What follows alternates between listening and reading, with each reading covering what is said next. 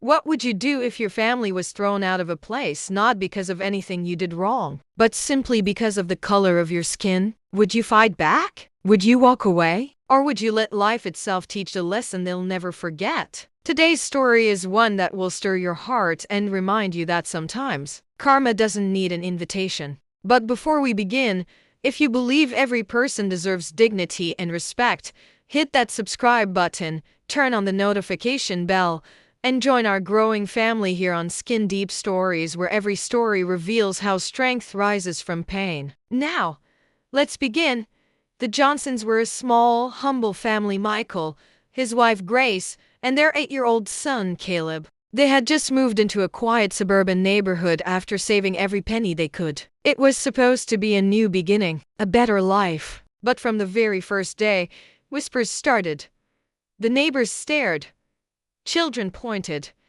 And the words "they don't belong here" were spoken louder than anyone thought they were. Still, Michael smiled through it all. Grace, ever hopeful, planted flowers by their porch, and little Caleb waved at everyone, even when they ignored him. Then came the night that changed everything.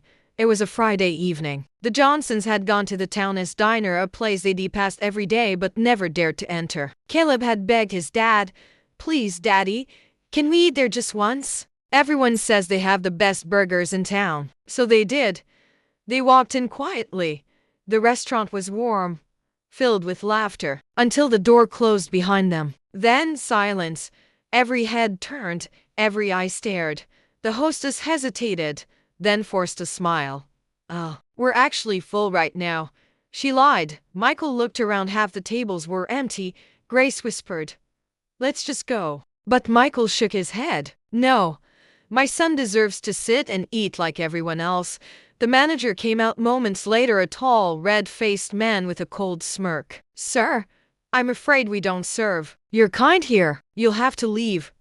Caleb didn't understand. "Mommy, what does he mean?" Grace's eyes welled up with tears.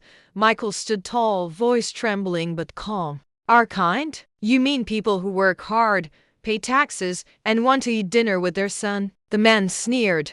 "Don't make this hard. Leave before we call the police." The restaurant burst into laughter, not everyone, but enough to make the room echo with cruelty. And so, hand in hand, the Johnsons walked out. Humiliated, Caleb cried quietly.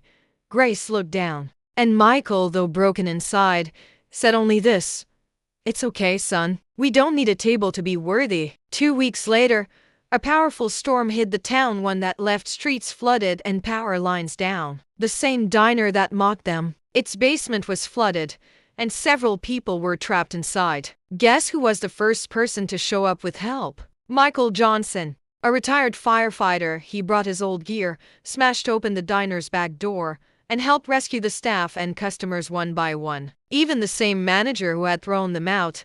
Grace wrapped blankets around the survivors, and Caleb handed out bottles of water. They didn't say a word about what happened before. When the town's local news arrived, they caught the moment on camera, the Black family helping the very people who had humiliated them. Days later, a video of the rescue went viral online.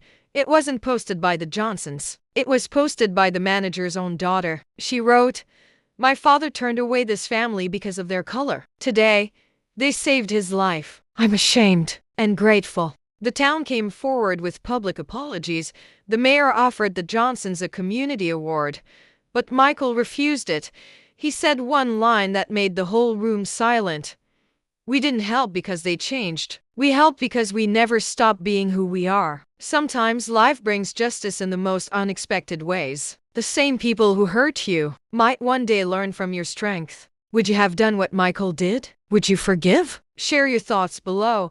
I really want to hear what you think about this story. And if you believe that kindness is stronger than hate, don't forget to hit like, subscribe, and turn on the notification bell so you never miss the next episode of Skin Deep Stories, where every voice matters and every color tells a story. Because remember, karma never sleeps.